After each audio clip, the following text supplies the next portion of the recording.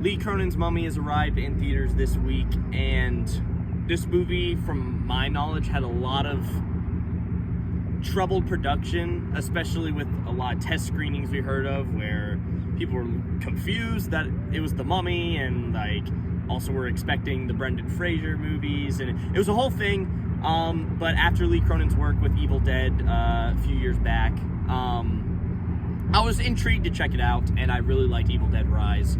So coming out of it, I had a good time, but it's a movie where the more I think about it, the more I just see a lot of flaws and a lot of what could have been.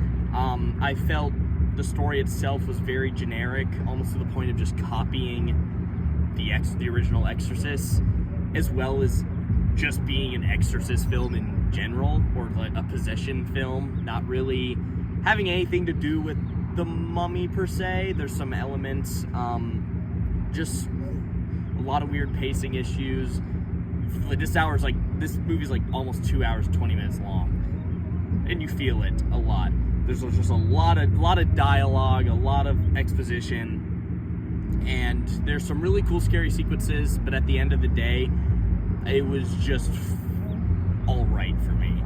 And on the positive side, though, Lee Cronin knows how to really get you hooked into his characters, into his family. There's a great family dynamic that I think is written really well and acted really well. And there's also like a cool detective side plot that gives you some of that Mummy lore, but towards the end, it made me honestly want to see more of like the detective Cairo side of things, as opposed to the sort of possession movie we were getting back following our main characters. But overall, I think it's a fun direction. Like, you'll have fun with this movie, but I don't think you're expecting The Mummy reimagined. It genuinely is just The Exorcist, just with some modern flair and a lot of split diopter shots. But yeah, that's my review of The Mummy. Lee Cronin's The Mummy, that is. He makes sure he puts his name on the title. But this is the Film Sphere. Be good people. Good night.